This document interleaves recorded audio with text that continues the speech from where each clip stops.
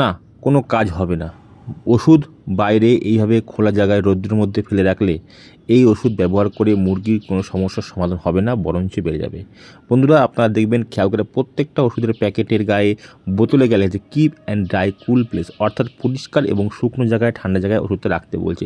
তাহলে আপনারা বলুন, এরকম খোলা জায়গায় ওষুধ ফেলে রেখে সেই ওষুধ ব্যবহার করলে মুরগির কোনো উপকার হবে? আপনারা কি এরকম করেন? আপনাদের একটা প্রশ্ন করলাম। দেখুন, প্রত্যেকটা বোতলের মধ্যে ওষুধ আছে, তাহলে এই ওষুধ নিশ্চয়ই ব্যবহার হবে। তাহলে এগুলো কি কোনো কাজে লাগবে? আমার তো মনে হয় না উপকার হবে। এইরকম অব্যবস্থা, দায়িত্বহীন মানুষকে কি বলবো, আর কিছু বলার নেই। আগামী দিনে ঠিক করছি এই ফার্মে আর মুরগি দেবো না। প্রত্যেক লটে দেখেছি উনি এই কাজটাই করে। মুরগি খুব একটা ভালো হয় না, অনেক কারণ আছে। বাগানের মধ্যে ফার্ম পরিষ্কার পরিচ্ছন্ন নেই, ঘরে মাছি হয়, ফার্মে প্রচুর পোকা হয়, সমস্যাগুলো আছেই। তাও কিছু বলতে পারি না, কিছু তারা সীমাবদ্ধতা থাকে। তো ভিডিও করলাম, আপনাদের সঙ্গে শেয়ার করলাম, অফিসেও শেয়ার করব, যাতে আগামী দিনে বাচ্চা না দেওয়া হয় সেই ব্যবস্থাই করব। দেখুন, প্রত্যেকটা ঢাবের মধ্যে ওষুধ পড়ছে।